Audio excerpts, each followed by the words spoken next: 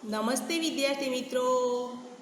हम कक्षा 8 हिंदी में पाठ देख रहे थे 5वां, सवाल बाल मन के जवाब डॉक्टर कलाम के। आधा पाठ हमने पूरा किया था। अब हम आगे पहुंचते हैं पेज नंबर 29। यहाँ तक हम पहुँचे थे। अब अगला प्रश्न है, तो यहाँ पर चिराग जैन कक्षा 7 बॉम्बे कैम्ब्रिज अंधेरी पश्चिम मुंबई से प्रश्न किया है। तो यहाँ पर ये जो डॉक्टर अब्दुल कलाम है, वो डॉक्टर अब्दुल कलाम जब राष्ट्रपति शासन पर विराजमान थे तब बच्चों के साथ बातचीत पर आधारित एक कार्यक्रम रखा गया है। कई सारे सवाल बच्चे करते हैं जिसका जवाब डॉक्टर कलाम अच्छी तरह से देते हैं। तो यहाँ पर प्रश्न हम पहुँचे थे, चिराग जैन कक्षा 7वीं का है, बॉम्बे कैम्ब्रिज अंधेरी मुंबई से प्रश्न किया है। बच्चे ने प्रश्न किया है कि वह कौन सी बड़ी चुनौती है जिसका सामना हमें आज करना पड़ रहा है। यानी वह कौन सी बड़ी चुनौती है जिसका सामना हमें आज करना पड़ रहा है। ऐसी कौन सी चुनौती है जिसे हम आज भुगत रहे हैं। तो डॉक्टर कलाम ने बताया कि भारत को सन 2020 तक एक विकसित राष्ट्र के रूप में परिवर्तित करना और देश के 1 अरब से अधिक नागरिकों के चेहरे पर मुस्कान देखना, यही एक उनके लिए बड़ी चुनौती थी। तो डॉक्टर कलाम ने यह जो 2020 तक राष्ट्र को विकसित करना और 1 अरब से अधिक लोगों के चेहरे पर मुस्कान देखना, यह उनके लिए एक चुनौती थी। यही राष्ट्र के समक्ष सबसे बड़ी चुनौती है। तो ये जो चुनौती है, क्या चुनौती है? तो 2020 तक राष्ट्र को विकसित बनाना और 1 अरब से अधिक लोगों को चेहरे पर मुस्कान लाना, यही उनके लिए सबसे बड़ी चुनौती थी। अब अगला प्रश्न है, हर्ष चांडक कक्षा 7 का बच्चा है, डॉक्टर एस राधाकृष्ण विद्यालय मलाड मुंबई से प्रश्न किया है उन्होंने। तो हर्ष चांडक कक्षा 7वीं का बच्चा है, डॉक्टर एस राधाकृष्णन विद्यालय मलाड मुंबई से उन्होंने प्रश्न किया है। और उन्होंने प्रश्न किया है कि आपकी दृष्टि से साहस की परिभाषा क्या है। बच्चे ने डॉक्टर कलाम को पूछा है कि आपकी दृष्टि से साहस की परिभाषा क्या है, आप किसे साहस कहते हैं। तो कलाम ने जवाब देते हुए कहा कि अपनी जान की परवाह किए बिना दूसरों को संकट या आपदा से बचाना ही साहस है। तो अपनी जान की परवाह किए बिना दूसरों को संकट या आपदा से बचाना ही साहस है। यानी हम लोग हमेशा क्या करते हैं, अपने जान की परवाह करते हैं, लेकिन यहाँ पर उन्होंने बताया है कि हमें अपनी जान की परवाह नहीं करनी है, दूसरों को विपत्ति या आपदा से बचाना ही साहस है। हम किसी को मार कर घर आ जाए, किसी का छीन ले, उसे साहस नहीं कहते। किसी को उल्लू बनाते, उसे साहस नहीं कहते। लेकिन साहस इसे कहते हैं जो हमेशा दूसरों को संकट या आपदा से बचा सके, वही साहस है। तो बच्चों, यहाँ पर प्रश्न है कि साहस किसे कहते हैं। यहाँ पर प्रश्न है कि साहस किसे कहते हैं। तो दूसरों को संकट या आपदा से बचाना ही साहस है। दूसरों को संकट या आपदा से बचाना ही साहस है। आगे हमने जो देखा था कि वह कौन सी बड़ी चुनौती है जिसका सामना हमें आज करना पड़ रहा है। तो यहाँ पर भी प्रश्न है कि एपीजे अब्दुल कलाम के लिए कौन सी चुनौती है। तो एपीजे अब्दुल कलाम के लिए राष्ट्र को संपूर्ण विकसित करना और 1 अरब से अधिक लोगों के चेहरे पर मुस्कान लाना उनके लिए सबसे बड़ी चुनौती है।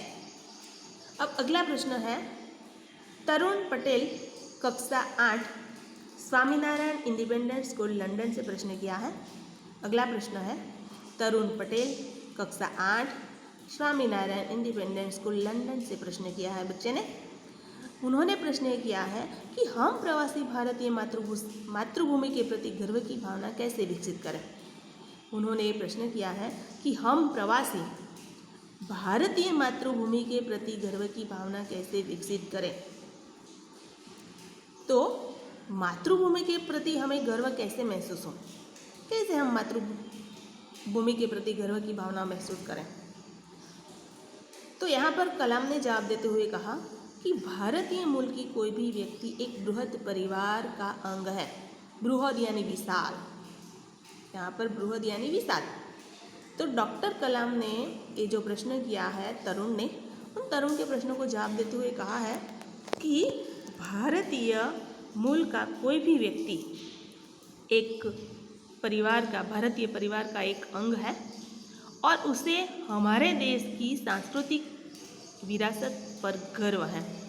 सांस्कृतिक वारसों, सांस्कृतिक विरासत पर हमें क्या होना चाहिए, गर्व होना चाहिए। सांस्कृतिक विरासत यानी जैसे हम बड़े लोगों को पैर छूते हैं, फिर भगवान का नाम लेते हैं। हम जो हिंदू लोग हैं तो अपना जो अलग अलग पहनाव पहनते हैं, पाश्चात्य संस्कृति का हम अनुकरण करते हैं, उसे सांस्कृतिक नहीं कहते।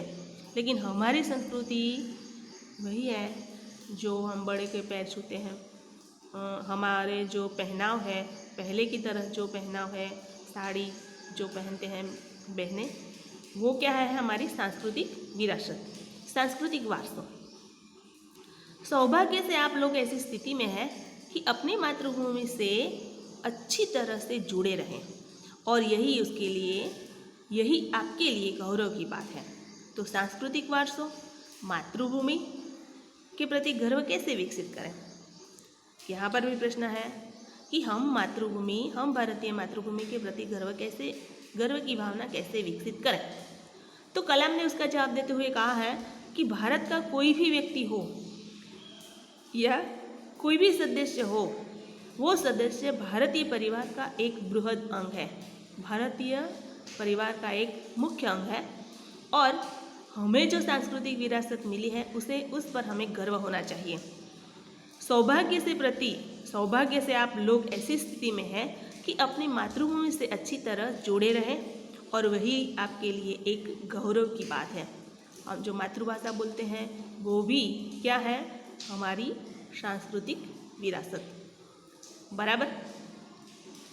अब अगला प्रश्न है सत्यम कक्षा 10 जिला स्कूल मुंगेर से प्रश्न किया है। तो यहाँ पर सत्यम कक्षा 10वीं कक्षा का एक बच्चा है जिन्होंने प्रश्न किया है। क्या प्रश्न किया है कि जो भी बच्चे हैं, छोटे हो बड़े हो या कोई भी हो, वो जो भी बच्चे कॉलेज का बच्चा हो या पहली दूसरी का बच्चा हो, जो भी बच्चे आपसे मिलते हैं, वो सब अगर उनसे प्रश्न कहा जाए कि आप क्या बनना चाहते हैं, तो वो हमेशा कहते हैं कि मुझे एक प्रसिद्ध वैज्ञानिक बनना है, कोई कहता है कि मुझे इंजीनियर बनना है और कोई कहता है कि मुझे डॉक्टर बनना है। लेकिन कोई बच्चा ऐसा नहीं कहता कि मुझे किसान बनना है, मजदूर बनना है या कलाकार बनना है। तो क्या जो मजदूर है, किसान है, कलाकार है, वो भी तो राष्ट्र का एक अभिन्न अंग है, महत्वपूर्ण अंग है। तो हम ऐसे ही परिवारों में से आते हैं, तो हमारे लिए आपका क्या संदेश है। एक बढ़िया सवाल है ये कि जो भी बच्चे को आप अगर पूछे कि आप क्या बनना चाहते हैं, नॉर्मली आपके घर के आसपास हो या स्कूल का कोई बच्चा हो तो आप उससे पूछे कि आप क्या बनना चाहते हैं, तो कोई ना कोई वो कहेगा कि मैं वैज्ञानिक बनना चाहता हूँ, टीचर बनना चाहता हूँ, डॉक्टर बनना चाहता हूँ, इंजीनियर बनना चाहता हूँ, बराबर, वकील बनना चाहता हूँ, कलेक्टर बनना चाहता हूँ, पुलिस बनना चाहता हूँ। लेकिन कोई बच्चा ऐसा नहीं कहता कि मुझे किसान बनना है, खेडूत बनना है। कोई ऐसा नहीं कहता कि मुझे मजदूर बनना है। कोई बच्चा ऐसा नहीं कहता कि मुझे कलाकार बनना है। जबकि ये कलाकार, किसान और मजदूर सब लोग राष्ट्र का अभिन्न अंग है, क्योंकि उनके बिना हमें नहीं चलेगा। किसान कहेगा कि नहीं, आज सभी किसान जो हैं वो सब इकट्ठा होकर निश्चित करें कि नहीं, यहाँ इस साल हम अनाज नहीं पैदा करेंगे, मजदूर सब लोग हड़ताल पर उतर जाए और कलाकार जो कला दिखाते हैं वो भी कहेंगे कि नहीं, हमें कुछ कला नहीं करनी है, कुछ भी नहीं करना है, तो वो लोग भी हमारे लिए एक महत्वपूर्ण अंग है। और हम ऐसे ही परिवार में आते हैं, ऐसे ही परिवार से आते हैं, क्योंकि हम किसान हैं। खेती हमारे लिए, कृषि महत्वपूर्ण है, किसान हैं। फिर भी ऐसे परिवार में से आते हैं, फिर भी सब कहते हैं कि नहीं, मुझे किसान नहीं बनना है, मजदूर नहीं बनना है, न कलाकार बनना है, न दस्तकार बनना है, कुछ भी नहीं बनना है। तो उनके लिए आपका क्या संदेश है? कलाम से सवाल किया है कि वो लोग जो किसान हैं, मजदूर है, कलाकार है, दस्तकार है, ऐसे ही परिवार में से हम आते हैं, फिर भी उनके बच्चों को भी पूछें तो कोई भी बच्चा नहीं कहता कि मुझे मजदूर बनना है, किसान बनना है। तो उसके लिए आपकी क्या राय है? बराबर। वास्तव में वे जो लोग हैं उनके बिना हमें एक पल भी नहीं चलेगा। जैसे कि हम मोची का दृष्टांत लें कि मोची का जो व्यवसाय है हम उसे तुच्छ मानते हैं, लेकिन उनके लिए भी ये जो मोची है उनके बगैर हमें नहीं चलेगा। बराबर। किसान है, सारे दिन खेती करता रहता है, उनसे अगर कोई बच्चे से पूछे तो वो नहीं कहता कि मुझे किसान बनना है। तो आपके लिए इसका क्या संदेश है? तो यहाँ पर कलाम ने उनका जवाब देते हुए कहा कि किसान हो, मजदूर हो या कलाकार हो, दस्तकार हो, वे सभी हमारे लिए अभिन्न अंग हैं। बराबर। किसान, मजदूर, कलाकार, दस्तकार यानी शिल्पकार, शिल्प हम मूर्ति बनाते हैं, त्योहारों पर हम खरीदते हैं, जैसे दशमा की मूर्ति, गणेशोत्सव की मूर्ति, जन्माष्टमी के दिन हम जो नए नए त्यौहार मनाते हैं, तो वो भी हमारे लिए अभिन्न अंग है। वो लोग राष्ट्र निर्माण में हमें उन सभी की सेवाओं का समान रूप से दरकार हो, यानी राष्ट्र के निर्माण में उन सभी का महत्वपूर्ण योगदान है। उन लोगों की सेवा का हमें दरकार करनी चाहिए। आप सभी को चाहिए कि अपने अपने क्षेत्रों में खूब उन्नति करें और ऐसे लोगों की हमें क्या बुराई नहीं करनी चाहिए। मानो कि आपके घर कोई काम वाली बाई आती हो, तो कई बार ऐसे बच्चे होते हैं जो छोटे होते हैं, फिर भी काम वाली बाई को क्या करते हैं, कहते हैं, नाम से पुकारते हैं। या कोई अपने घर कोई और मजदूर आता हो तो उनसे हम छोटे हैं तो भी हम उनसे नाम से पुकारते हैं। तो हमें ऐसा नहीं करना चाहिए। भले उनका व्यवसाय जो भी हो, लेकिन हमें उनको मान की दृष्टि से देखना चाहिए, मान से बुलाना चाहिए। बराबर। आपके लिए भले उनका व्यवसाय जो भी हो, मानो कि हमारे स्कूल में ये जो मूत्रड़ी है उनको साफ करने के लिए जो चाचा आते हैं, तो उनको हमें मान देना चाहिए, क्योंकि उनके बगैर नहीं चलेगा। बराबर। वो भी हमारे लिए एक अभिन्न अंग है, भले उनका व्यवसाय जो भी हो। हमारे घर कचरा लेने जो भी आते हैं नगर पालिका से, वो भले कचरा उठाते हैं, लेकिन हमारे लिए वे एक ऐसा महत्वपूर्ण अंग है जो कलेक्टर की पदवी के बराबर है। क्योंकि अगर वो कचरा नहीं उठाएगा तो सारी की गंदगी फैल जाएगी। इसीलिए वो लोग भी हमारे लिए एक महत्वपूर्ण स्थान है। बराबर। तो यहाँ पर कलाम ने यही बात बताई है कि उनकी हमें दरकार करनी चाहिए, उनको समान हक मिलना चाहिए, दर्जा मिलना चाहिए, मान पान मिलना चाहिए। भले वो सभी को अपने अपने क्षेत्रों में उन्नति करने का हक मिलना चाहिए। ये बात कलाम ने बताई है। तो यहाँ पर एक महत्वपूर्ण सवाल है कि हमें किसी भी व्यक्ति को तुच्छ नहीं मानना चाहिए। बराबर। अब आगे पहुँचते हैं। अगला प्रश्न है, रोहित चतुर्वेदी कक्षा 11वीं इस्लामिया इंटर कॉलेज इटावा से प्रश्न किया है। अगला प्रश्न है, तो रोहित है, चतुर्वेदी रोहित है। अगला प्रश्न कक्षा 11वीं का बच्चा है, इस्लामिया इंटर कॉलेज इटावा से उन्होंने प्रश्न किया है। उन्होंने प्रश्न किया है कि आप कहते हैं कि भारत 2020 तक विकसित राष्ट्र बन जाएगा, पर निरंतर बढ़ती जनसंख्या और बेरोजगारी इसे संभव होने देगी।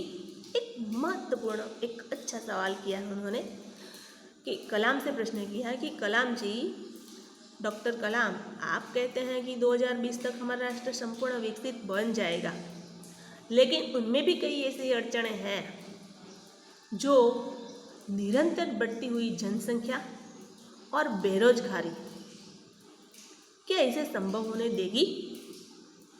क्योंकि बढ़ती कूद के बुसके हमारी जनसंख्या बढ़ रही है और बेरोजगारी भी इतनी बढ़ रही है, तो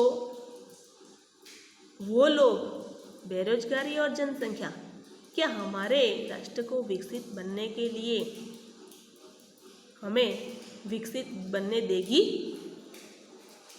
तो इनका जवाब देते हुए यहाँ पर जो बच्चे हैं और ए हैं कलाम, डॉक्टर APJ अब्दुल कलाम, और ये छोटे छोटे बच्चे हैं, बराबर, ये बच्चे हैं और APJ कलाम है। अब अगला सवाल है, डॉक्टर कलाम ने जवाब देते हुए कहा है, जो प्रश्न किया था कि निरंतर बढ़ती जनसंख्या और बेरोजगारी, वो जो है हमारे राष्ट्र के लिए क्या है, बाधा रूप है। तो उसके जवाब देते हुए कलाम ने कहा कि विकास स्वयं जनसंख्या वृद्धि को रोकने की अचूक औषधि है। तो विकास स्वयं जनसंख्या वृद्धि को रोकने की औषधि है, औषधि यानी दवा। इनमें जनसंख्या विशेषकर स्त्री शिक्षा की बात भी सम्मिलित है। तो अगर हम जनसंख्या में स्त्रियों को बढ़ावा दें, स्त्रियों की शिक्षा पर अधिक भार दें, तो ये जनसंख्या और बेरोजगारी मिट सकती है। जो स्त्री है उन स्त्रियों को छोटा परिवार सुखी परिवार की मान्यता को बल मिलना चाहिए। छोटा परिवार सुखी परिवार, ये जो सूत्र है उस सूत्र को स्त्रियों को समझाना चाहिए, इस मान्यता को अधिक बल मिलना चाहिए, तो हमारा राष्ट्र विकसित अवश्य बनेगा। भारत 2020 का मिशन यहाँ के युवाओं को रोजगार के पर्याप्त अवसर सुलभ करवाएगा। ग्रामीण क्षेत्रों में बड़ी संस्था में उद्योग धंधे स्थापित होंगे। तो पहला पॉइंट है कि जनसंख्या रोकने के लिए स्त्री को महत्वपूर्ण स्थान दिया है कि अगर स्त्रियों को पढ़ाया जाए तो वो अवश्य जनसंख्या वृद्धि रोक सकती है। छोटा परिवार सुखी परिवार की अगर मान्यता को बल दिया जाए तो इनमें सुधार आ सकता है। और दूसरा, बेरोजगारी की बात बताई है, तो उन्होंने कहा है अब्दुल कलाम ने कि ग्रामीण क्षेत्रों में हमें उद्योग धंधे स्थापित करने चाहिए, जिनसे उन क्षेत्रों में रोजगार के प्रचुर अवसर पैदा होंगे। तो ग्रामीण क्षेत्र में हमें रोजगार के लिए ग्रामीण क्षेत्रों में उद्योग धंधे स्थापित करने चाहिए, ताकि सब बेरोजगार लोगों को क्या मिले, रोजी रोटी मिले, रोजगारी मिले, और उनसे हमारी जो बेरोजगारी है वो टल सकती है। अगला प्रश्न किया है अर्श मेहता, कक्षा 12वीं का बच्चा है, तेजस हाई स्कूल बड़ौदा से उन्होंने प्रश्न किया है, और उन्होंने प्रश्न किया है कि आपको ऐसा क्यों लगता है कि 2020 तक भारत विकसित राष्ट्र बन पाएगा। तो बच्चे ने कलाम से सवाल किया है कि आपको ऐसा क्यों लगता है कि 2020 तक हमारा राष्ट्र संपूर्ण विकसित बन जाएगा। तो कलाम ने जवाब देते हुए कहा कि भारत की जनसंख्या 1 अरब से अधिक है। भारत की जो जनसंख्या है वो 1 अरब से अधिक है। इनमें 54 करोड़ लोग 25 वर्ष की कम आयु के हैं। 54 करोड़ लोग 25 वर्षनी नानी वयना છે, आयु यानी वय, उम्रना।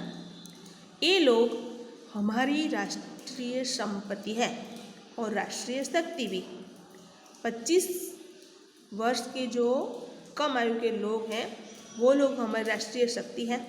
भारत को 2020 तक विकसित राष्ट्र में परिवर्तित करने के लिए हमारे पास प्रचुर प्राकृतिक संसाधनों के साथ सुनियोजित खाका भी उपलब्ध है। 54 करोड़ युवाओं के विचार की एकता निश्चित ही इससे विकसित राष्ट्र में परिवर्तित करने में सफल होगी। यानी 25 वर्ष की कम आयु के लोग, उन लोगों के विचार मिलेंगे और 54 करोड़ युवा लोगों के जब विचार मिलेंगे तब हमारा देश अवश्य ही विकसित राष्ट्र के रूप में परिवर्तित होगा। तो उन्होंने बताया कि 2020 तक हमारा राष्ट्र संपूर्ण विकसित होगा। उसके पीछे उन्होंने युवाओं को जवाबदार बताया है कि जो 25 वर्ष की कम आयु के लोग हैं वो लोगों के विचार एक होंगे, सब लोग के नए नए विचार होंगे और इन विचारों से हमारा राष्ट्र संपूर्ण विकसित हो जाएगा।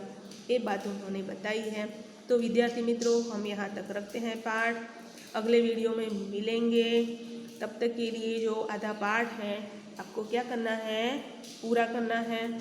और भी जो मैंने मोस्ट टाइम ये प्रश्न बताए हैं उसको भी क्या करना है, आपको आपकी नोट में लिखना है। अब हम अगले वीडियो में मिलेंगे, तब अगला पाठ आधा जो है हम पूरा करेंगे। तब तक के लिए नमस्ते।